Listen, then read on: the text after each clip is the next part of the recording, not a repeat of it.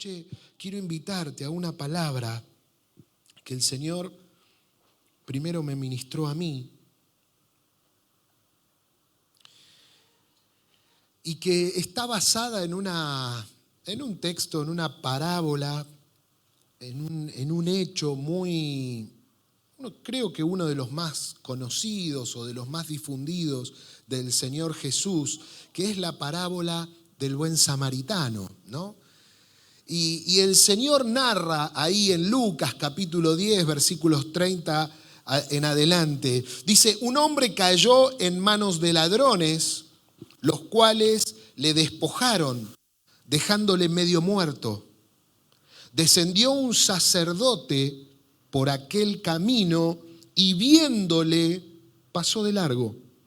Asimismo, un levita viéndole pasó de largo. Un levita es, ¿se acuerda usted? La tribu de Leví era la tribu consagrada para el servicio al Señor, en todo lo que tenía que ver con las actividades del templo, ¿no? Por eso muchas veces decimos, se le llama levitas a los músicos, a todos los que sirven, le dicen levitas porque viene de esto que sucedió en el Antiguo Testamento, en donde la tribu de Leví estaba consagrada al sacerdocio, al servicio, a todo lo que tenía que ver con las tareas religiosas, si usted me permite. Entonces dice que pasó primero el sacerdote y pasó de largo. Después viendo, pasa el levita, otro religioso, y pasa de largo, ¿no? Extraño. Pero un samaritano, dice la palabra, viéndole fue movido a misericordia, vendó sus heridas y cuidó de él, de este hombre herido. ¿Quién de estos tres, pregunta Jesús, fue el prójimo del que cayó en manos de los ladrones? Siguiente. Él dijo, el que usó de misericordia con él.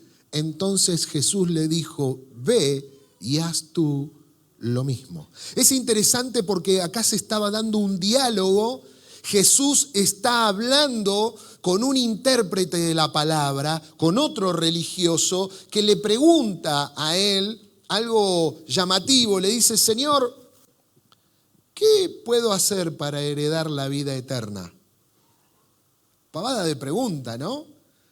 ¿Qué, dicho un poquito más en castellano básico, qué es lo que tengo que hacer para poder ser salvo? Y el Señor le dice, bueno, ¿qué es lo que dice la ley? Y él le dice, bueno, la ley dice, amarás al Señor tu Dios con todo tu corazón, con toda tu mente, con todas tus fuerzas, y a tu prójimo como a ti mismo. Y este hombre le pregunta, ¿no? Y le retruca a Jesús y le dice, ¿quién es mi prójimo? ¿No? Y ahí es donde el Señor le cuenta esta parábola. Una pregunta, ¿por qué estas niñas no están en la escuela bíblica infantil?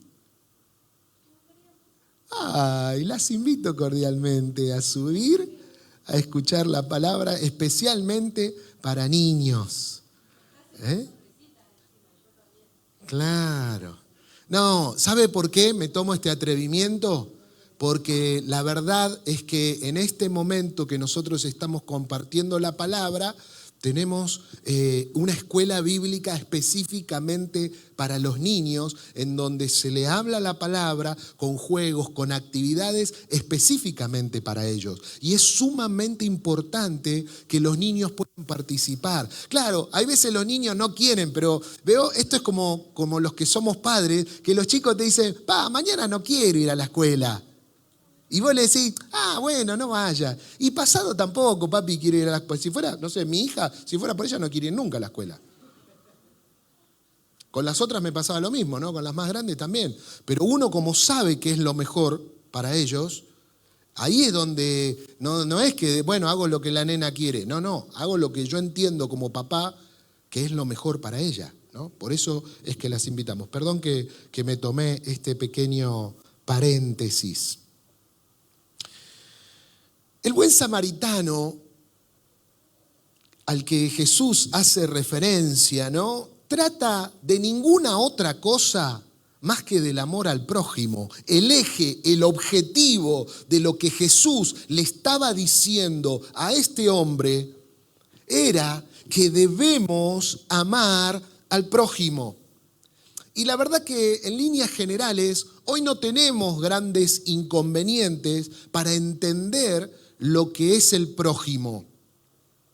Pero en aquella época había una confusión. No tenían bien en claro porque no les gustaba la idea, sobre todo a los religiosos, a los fariseos, ¿no es cierto?, a los escribas. No les gustaba la idea de que el prójimo sea toda otra persona que me rodea. De hecho,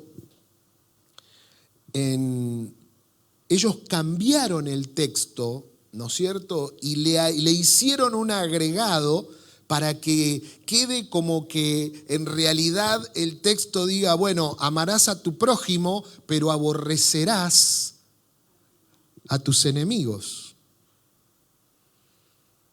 Y cuando Jesús hace referencia a esta parábola, lo que está dejando en claro es que esto de aborrecerás a tus enemigos en el reino de Dios no va. ¿Sabe por qué? Porque él usa la figura de una persona que en realidad, un samaritano, alguien que era proveniente de Samaria, que en realidad eran enemigos de los israelitas, del pueblo de Dios. De hecho, ellos tenían prohibido hablar, comunicarse con ellos, ¿no? Y por eso es que él toma esta figura y no dice, bueno, y pasó un argentino y pasó un uruguayo. No, dice un samaritano, porque había una significancia. No era cualquier persona, era una persona que en realidad con la cual ellos tenían una diferencia, eran enemigos, ¿no? Porque no eran parte del pueblo de Dios. Entonces, para ellos no estaba bien juntarse, charlar o tener algún tipo de vínculo con aquel a quien no pertenecía. Por eso en Mateo 5:43 el Señor dice, han oído la ley que dice, ama a tu prójimo y odia a tu enemigo. Pero en Juan 13 dice, les doy un nuevo mandamiento, ámense unos a otros.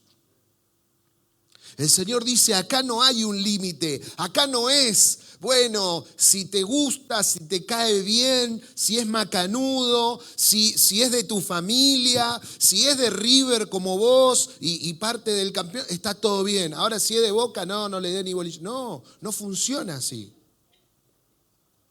No funciona así. Y mire que a veces los hinchas de Boca hacen cosas como para que uno diga, no, pero no, hay que amarlos igual. Yo no voy a decir el nombre, pero hay un hermano que no es Gabriel, en esta oportunidad no es Gabriel, es otro hermano que está acá, pero no voy a decir quién es. ¿Sabe lo que hace? Se mete en el Facebook de las páginas de River y comenta cosas bardeando a los hinchas de River. O sea, a ese nivel. Usted dice, no puede ser. Sí, ¿y va a la iglesia ese hombre y es cristiano? Sí, va a la iglesia, es cristiano, sirve a Dios, pero a él le gusta meterse en las páginas de River y decir, no sé las cosas que dice, ¿no? Yo como buen hincha de River que estoy en esas páginas digo, pero si este lo conozco, viene a mi iglesia.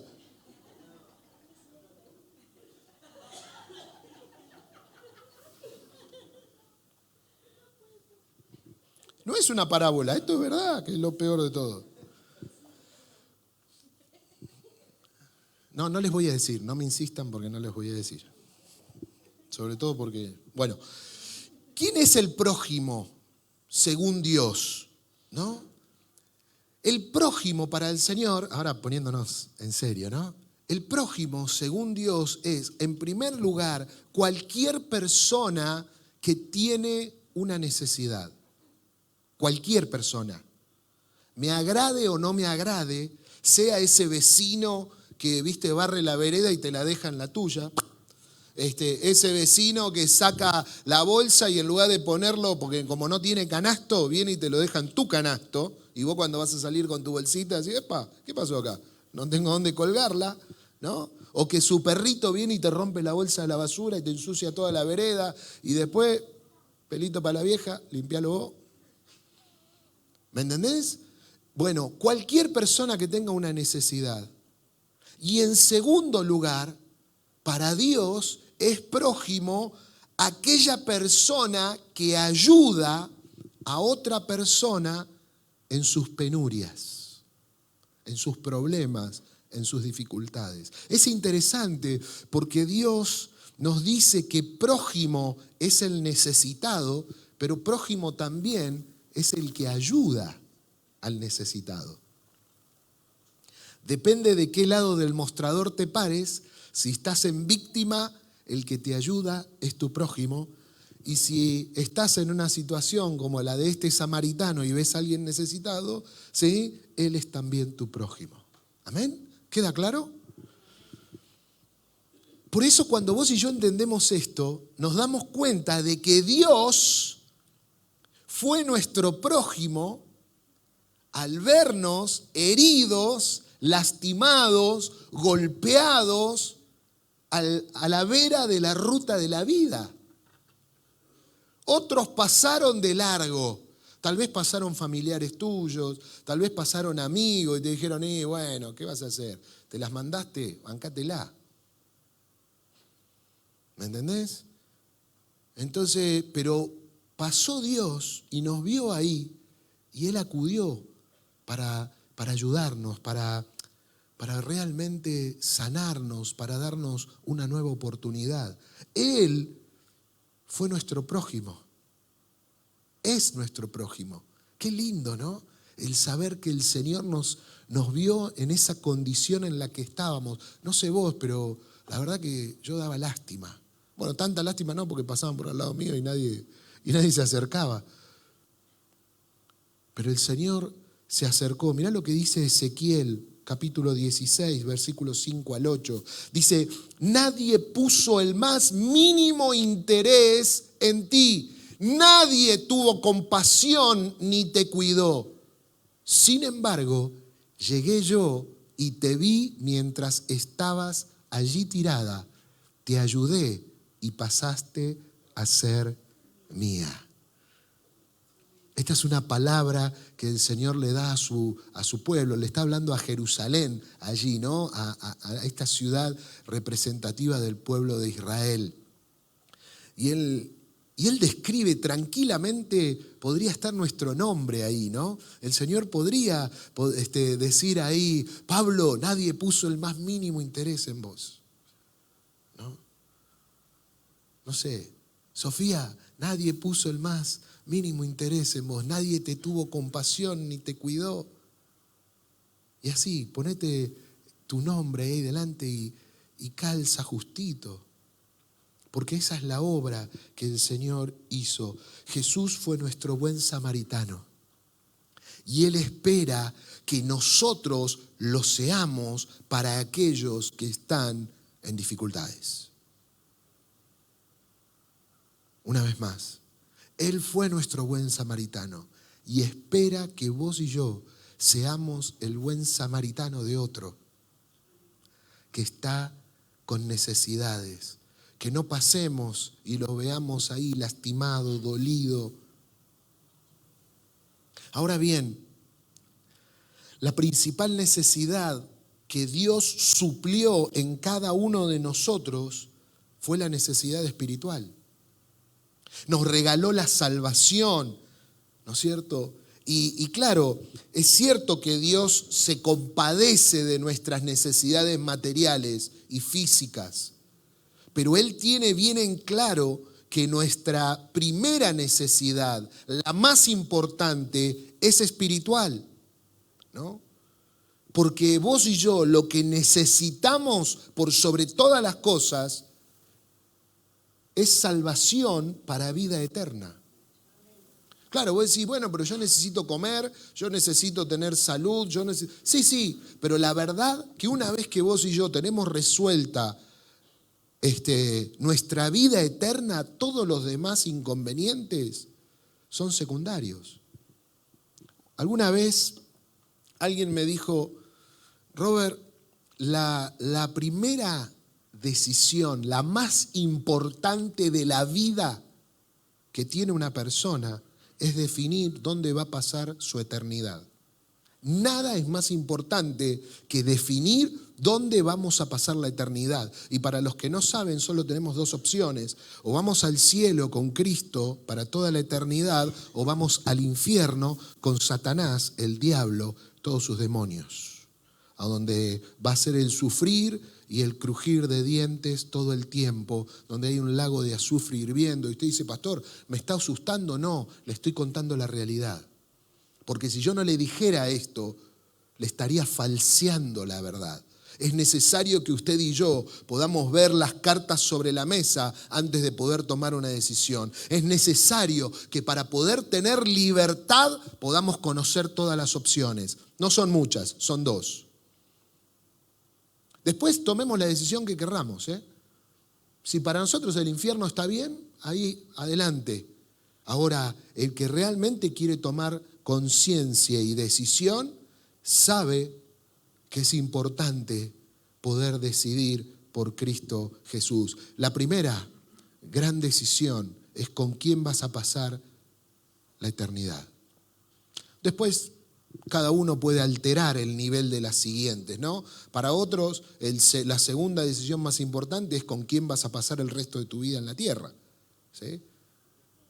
Y bueno, para otros será a qué te vas a dedicar, para otros será en qué país vas a vivir, no sé, cada uno, eso uno lo puede ir modificando y no hay problema, pero lo que sí es lo más importante para todos es dónde vamos a definir nuestra eternidad. Mirá lo que dice Mateo capítulo 9, versículos 36 al 38. Dice, y viendo las multitudes, está hablando de Jesús, tuvo misericordia de ellas porque vio que era gente confundida. Parecían un rebaño de ovejas sin pastor. Jesús dijo, son muchos los que necesitan entrar al reino de Dios, pero son muy pocos los discípulos para anunciarle las buenas noticias. Pídanle a Dios que envíe más discípulos para que compartan las buenas noticias con toda esa gente.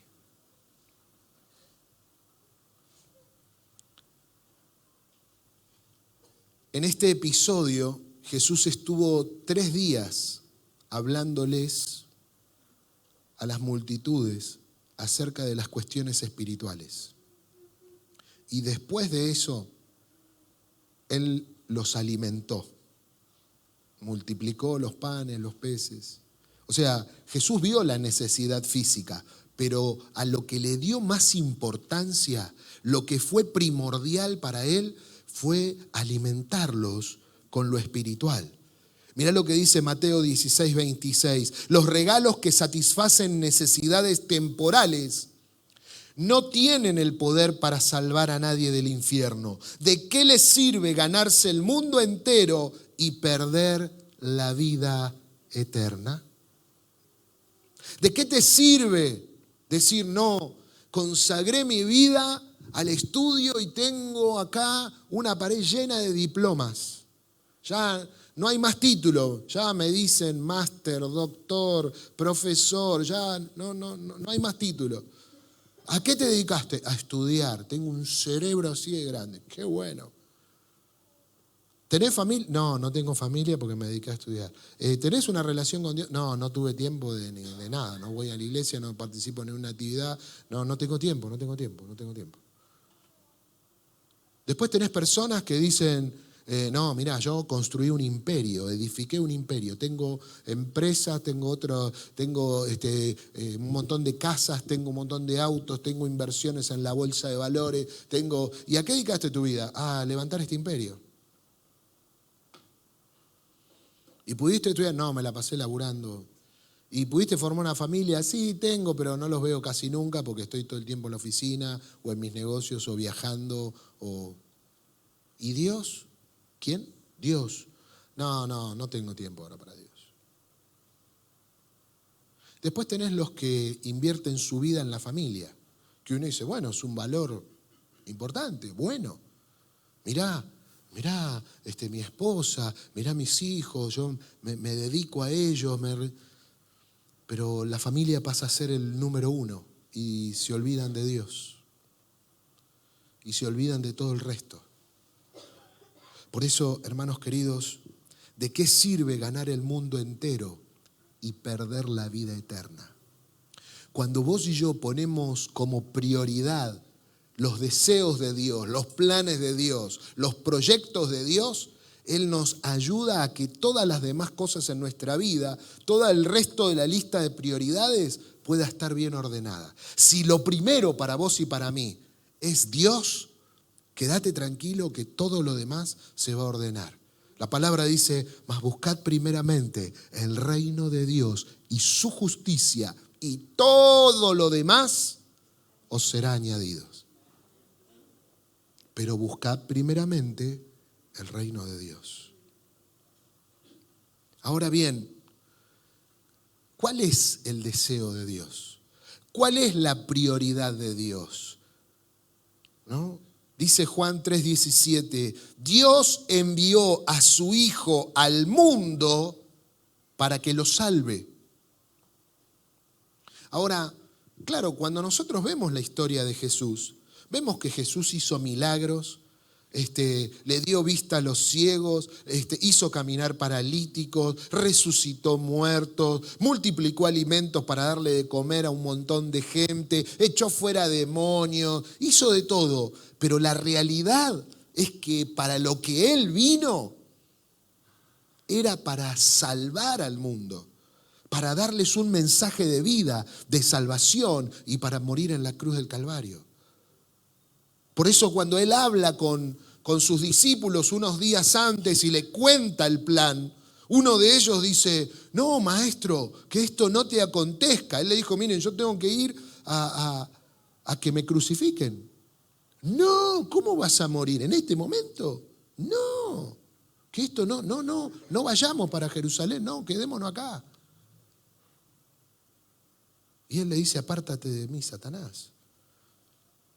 Porque el objetivo de Él vino al mundo para salvarlo, porque fue la orden del Padre, Él lo envió con un propósito. Entonces, hermanos queridos, si Dios, que es nuestro prójimo, se acercó para ayudarnos, principalmente en nuestra necesidad espiritual, nosotros, que somos el prójimo de los demás, no podemos hacer otra cosa. Tenemos que ayudar a las personas a través de hablarles el mensaje de vida y de salvación. Esto tiene que ser primordial en nuestras vidas.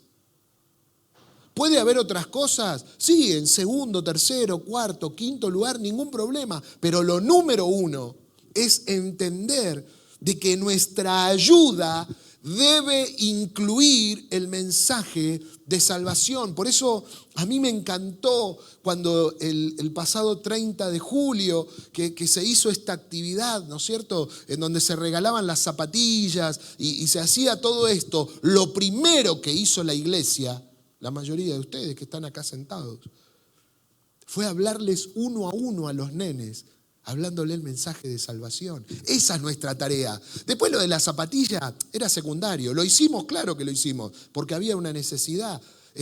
Como se hace cada sábado en el merendero, como se hace cada domingo en el comedor. Lo hacemos, sí, pero la verdad que lo importante no es darle el alimento material. Lo importante es lo que se hace, que primero siempre se le da una palabra a los chicos, se les habla de Jesús, se les habla de la salvación y después le damos comida y después todo lo demás, que está bien, pero no puede faltar lo principal. No puede faltar. Por eso cada vez que vos y yo decidimos estar en un ministerio, hacer algo para Dios, nos tenemos que fijar en dónde está el hecho de que yo vaya a hablar el mensaje de salvación.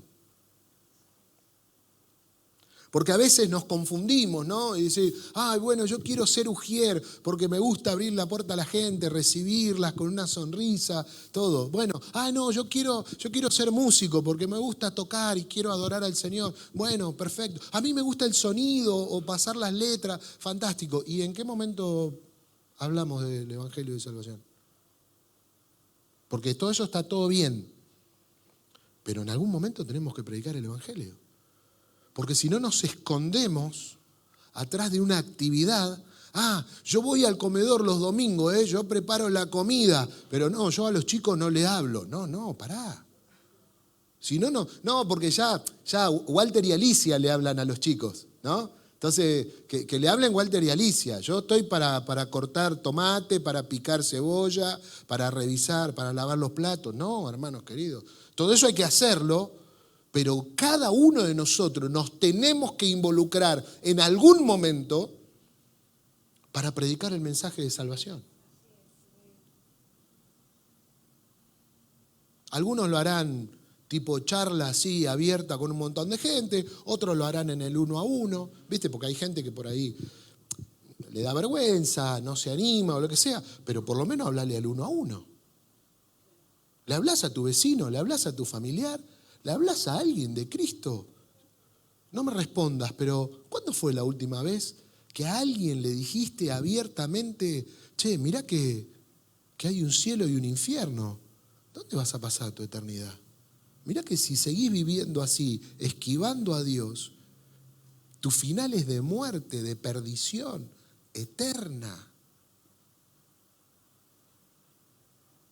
Si no lo estamos haciendo, revisemos nuestras prioridades, porque nos estamos perdiendo el propósito principal por el cual Dios nos salvó a vos y a mí, y es para que seamos el prójimo de aquellos que están necesitados. Y hoy la sociedad gime, grita, necesitando. Los hechos que estamos viendo, hay violencia por todos lados, violencia en las escuelas, violencia en la calle, violencia política, violencia institucional, violencia económica. Hermanos, es desesperante la situación.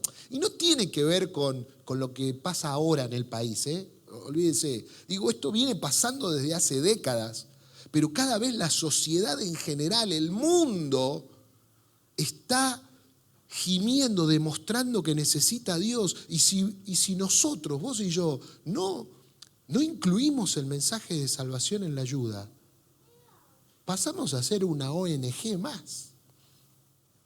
Sin Dios las personas se mueren en el infierno. Y yo creo que a veces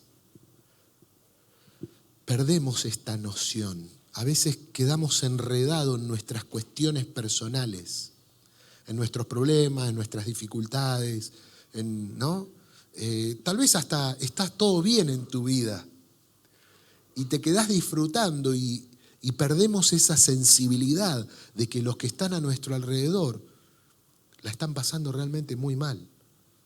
Aunque te pongan una sonrisa, aunque en su Instagram o en su Facebook te pongan las mejores fotos, viajando por los lugares más lindos y poniendo su mejor cara de revista Hola, pero en el corazón, en su interior, están en un infierno.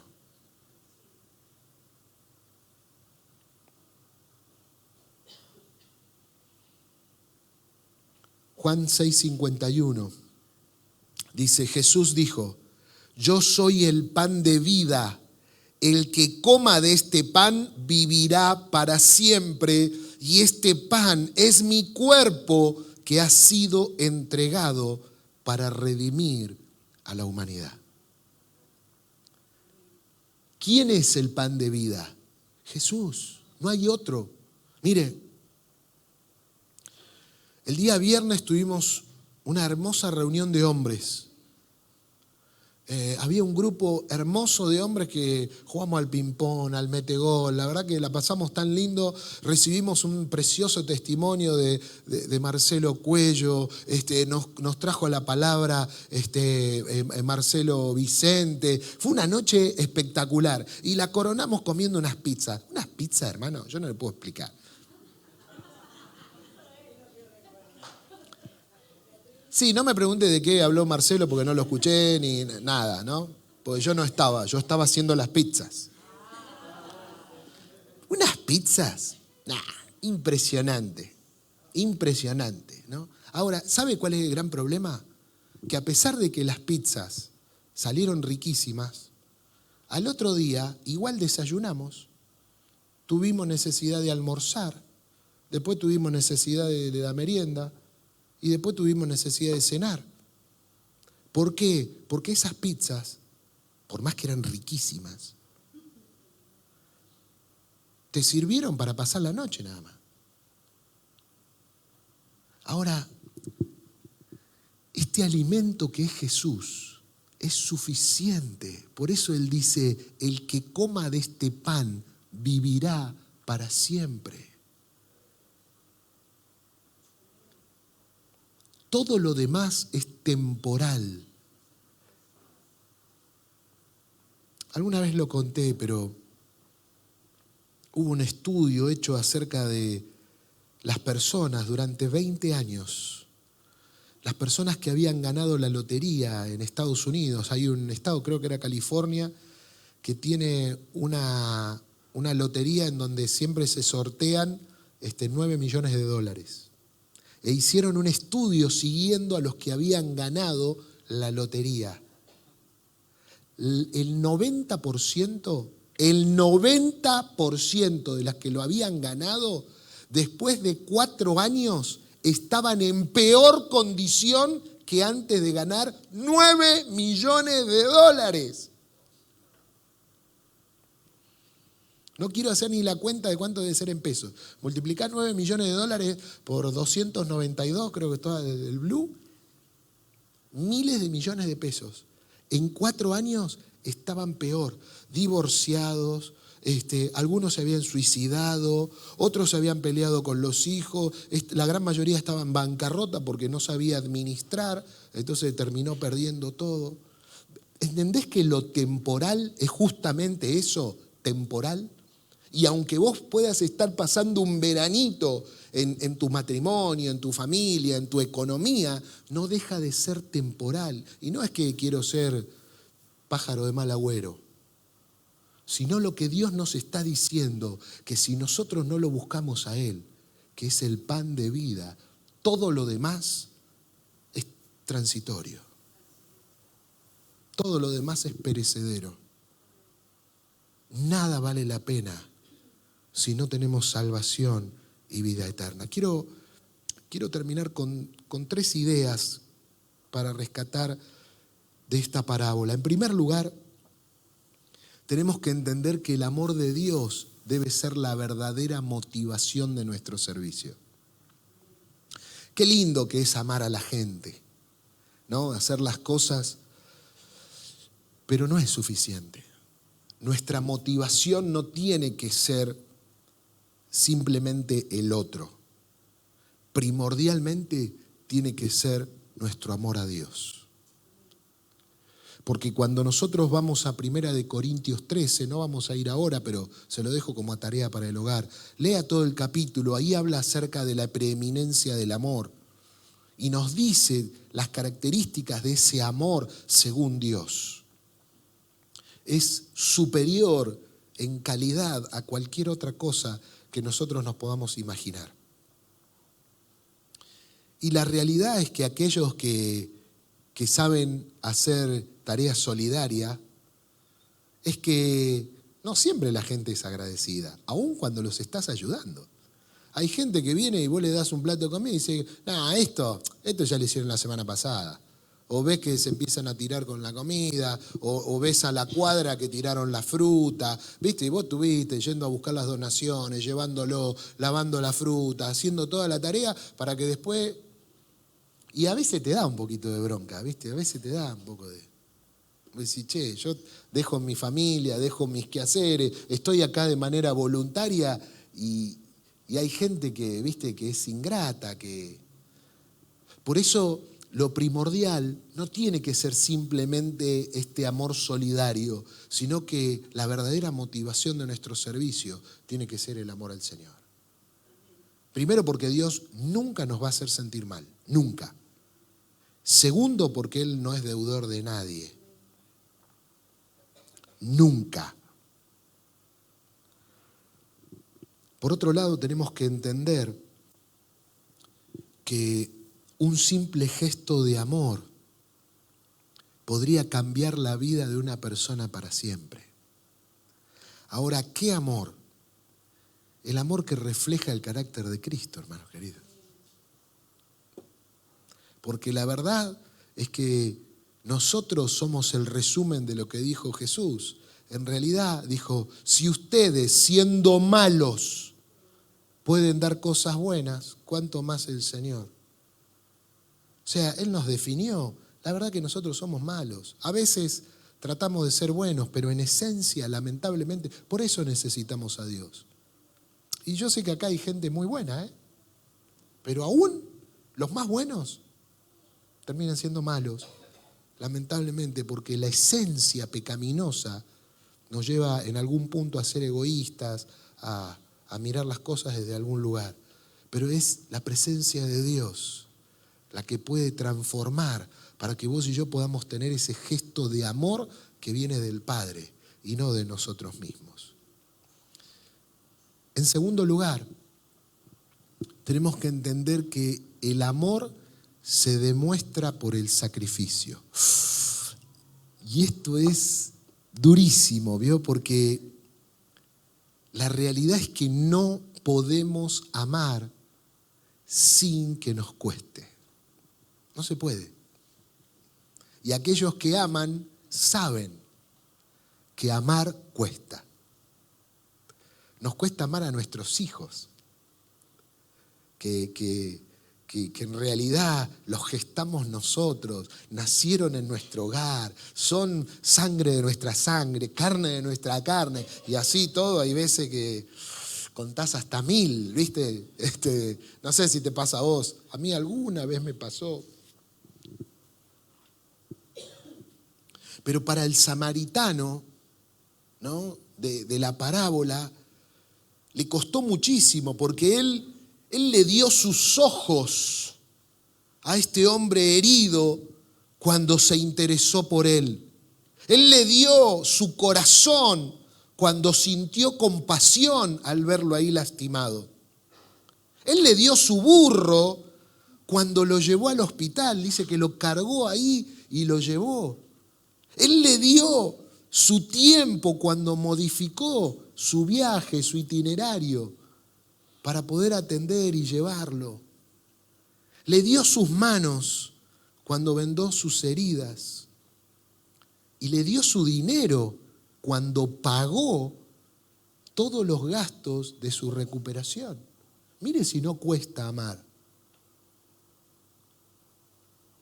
A veces nosotros queremos amar sin que haya ningún sacrificio. ¿Y sabe qué? Para eso tenemos este recordatorio, la cruz. Jesús nos amó, Dios nos amó.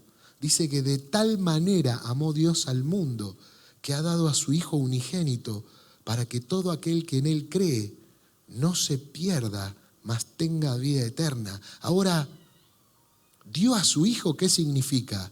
Que Él tuvo que ver cómo su Hijo moría, sufría, para poder darnos salvación a vos y a mí. Por eso tenemos esta cruz acá. Porque nos recuerda el sacrificio que hizo Jesús. Amor sacrificial. Dios no nos pide nada que Él no haya hecho primero. No es que nos dice, bueno, sufran ustedes lacayos, sufran ustedes esclavos de cuarta. No. Él nos dice, yo les di lo mejor, les di mi único hijo, mi amado, y lo vi sufrir, y en un momento lo tuve que abandonar porque toda la maldición de la humanidad se posó sobre él y yo no podía tener parte. Por eso Jesús le dice, Padre, ¿por qué me has desamparado? ¿Ustedes creen que Dios quería desamparar a Jesús? Por supuesto que no, pero era el precio que él tenía que pagar. Jesús decía, Padre, la verdad que si es posible pasa de mí esta copa. No quiero ir a la cruz, sé la que se me viene. No quiero los latigazos, no quiero los clavos, pero por sobre todo no quiero toda la maldición de la humanidad sobre mis lomos. Pero no se haga mi voluntad, sino la tuya.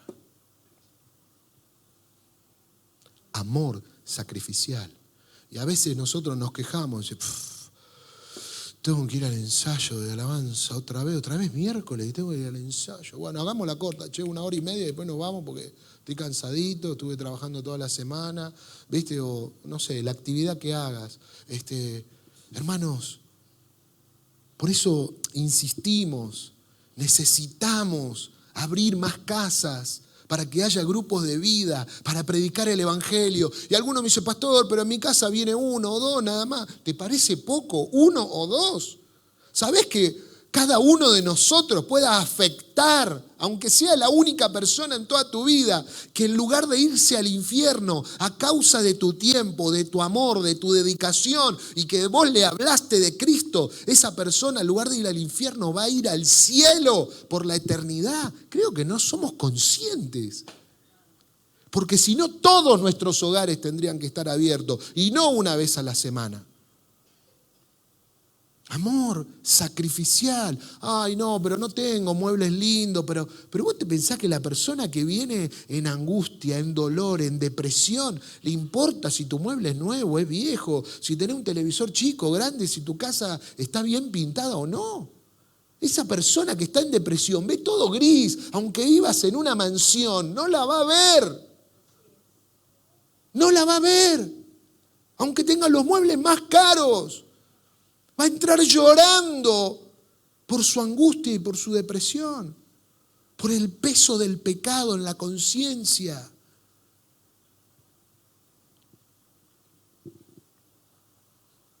Si de verdad vamos a amar al prójimo de este mundo perdido, deberemos hacer sacrificios. Y este es el momento que el cónyuge codee a su esposo, a su esposa y le diga, ¿viste que estábamos pensando en abrir casa? Me parece que sí, me parece que es momento. Pero yo no me animo, no sé qué decirle. No le digas nada a la gente. Brindale un lugar para ir a tomar unos mates 1 hora a la semana, que va a ser un oasis en el desierto para la mayoría. Hay gente que sale a caminar porque ya no se banca a su cónyuge, a sus hijos, no se banca su realidad de vida y necesita salir. ¿Sabés lo que es poder ir a tu casa y tomar un mate, aunque sea amargo? Pues yo no tomo dulce el mate, no sé si. Pero aunque sea amargo, pues ni para azúcar tenemos, no importa. Si lo que está necesitando es alguien que le dé una palabra de paz, de bendición. Ninguna otra cosa. No necesita un teólogo, no necesita nada raro. Abrí tu corazón y abrí tu casa para poder hablar del evangelio a tus familiares, a tus amigos, a tus compañeros de trabajo. Y va a haber gente que te va a decir que no, y que estás loco, y que sos un fanático. Y sí, ¿querés que te diga? Sí. Y esa es parte del sacrificio. Pero cuando vos tenés bien en claro cuál es tu identidad en Cristo Jesús, que los demás digan lo que quieran. Que los demás digan lo que quieran. ¿Qué va a hacer? Punto número 3, y con esto terminamos. Dios ama a todo el mundo y quiere que todo el mundo sea salvo, sin excepciones. Él ama a todo el mundo. Cuando termina el diálogo Jesús, que le cuenta la parábola a este fariseo, le dice: ahora ve tú y haz lo mismo. Le dijo: sé el samaritano de todo aquel que veas en necesidad. Da un amor sacrificial. No te enriedes simplemente en actividades. Que las actividades que vas a llevar a cabo sean el medio para que vos puedas llevar el mensaje de vida y de salvación. Por eso, hermanos queridos, necesitamos hombres y mujeres de Dios en las cooperadoras de los colegios. Necesitamos hombres y mujeres de Dios en las cooperadoras del hospital, en las cooperadoras de las comisarías, de los bomberos. Necesitamos hombres y mujeres de Dios que se involucren en la cosa pública, que puedan estar en los clubes de barrio, que puedan estar en las comisiones vecinales. Necesitamos hombres y mujeres de Dios que tengan un corazón sensible para lo que les pasa a los que los rodean. Y va a haber cosas que vos decís: pero me tengo que meter ahí. Y sí, hay necesidad de Dios, entonces te vas a tener que meter, sin perder tus principios, sin perder tus valores, teniendo en claro para qué. Ahora, ¿por qué es tan importante? ¿No? La primera pregunta que se me viene a la cabeza luego de leer este texto es: ¿realmente comprometemos nuestra salvación si nos negamos a obedecer a Dios en esto? Y claro, la verdad que es una pregunta muy difícil. Si usted me pregunta: pastor, ¿realmente perdemos la salvación si no hacemos esto que Dios dice? Y a mí me gustaría que podamos ir un poquito más profundo, ¿no? Ahí en Lucas 10:25, este hombre le dice, comienza toda esta narración diciendo: ¿qué debo hacer para heredar la vida eterna? ¿Qué debo hacer para ser salvo? Y ahí es donde Jesús le empieza a narrar esta parábola. Le dice: ahora ve tú y haz lo mismo.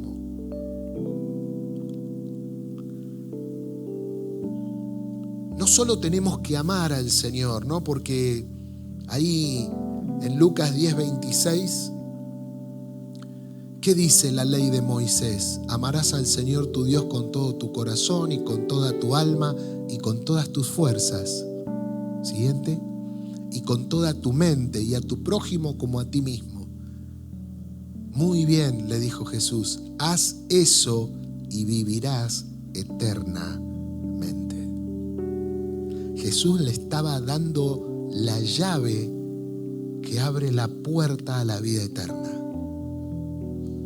Ama al Señor por sobre todas las cosas y a tu prójimo como a ti mismo.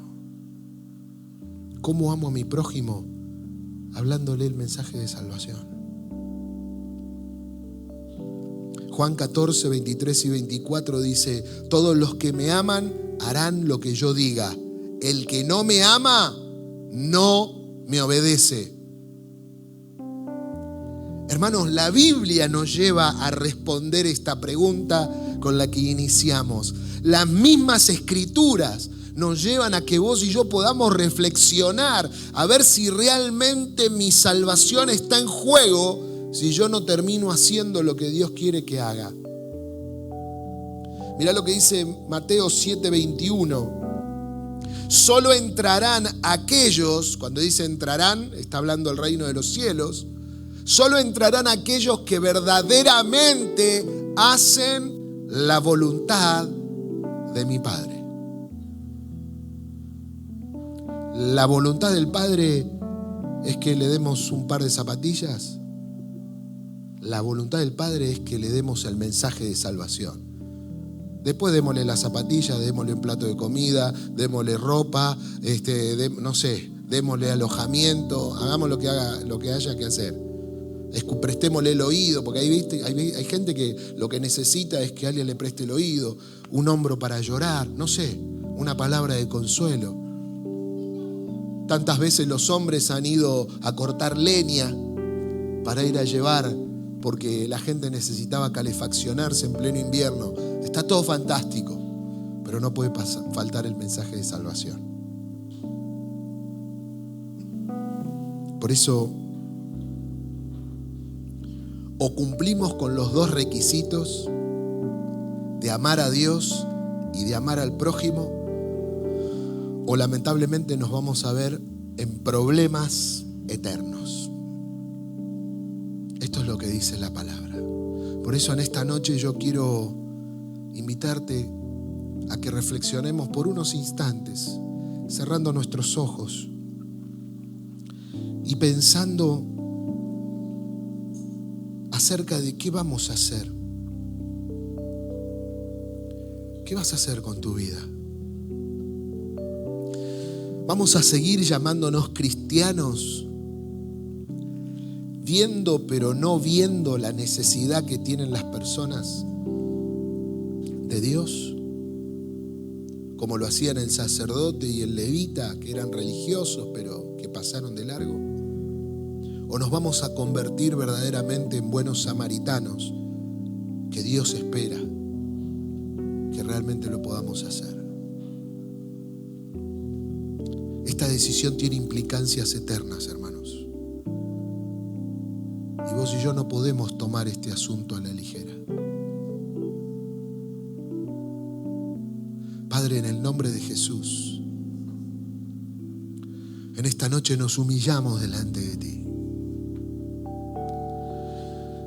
Señor, queremos pedirte perdón porque durante mucho tiempo hemos sido como el sacerdote y como el levita. Hemos pasado por al lado de las personas, aún viéndolas en necesidad, aún viéndolas en perdición, aún viéndolas sufrir, y no hemos hecho nada.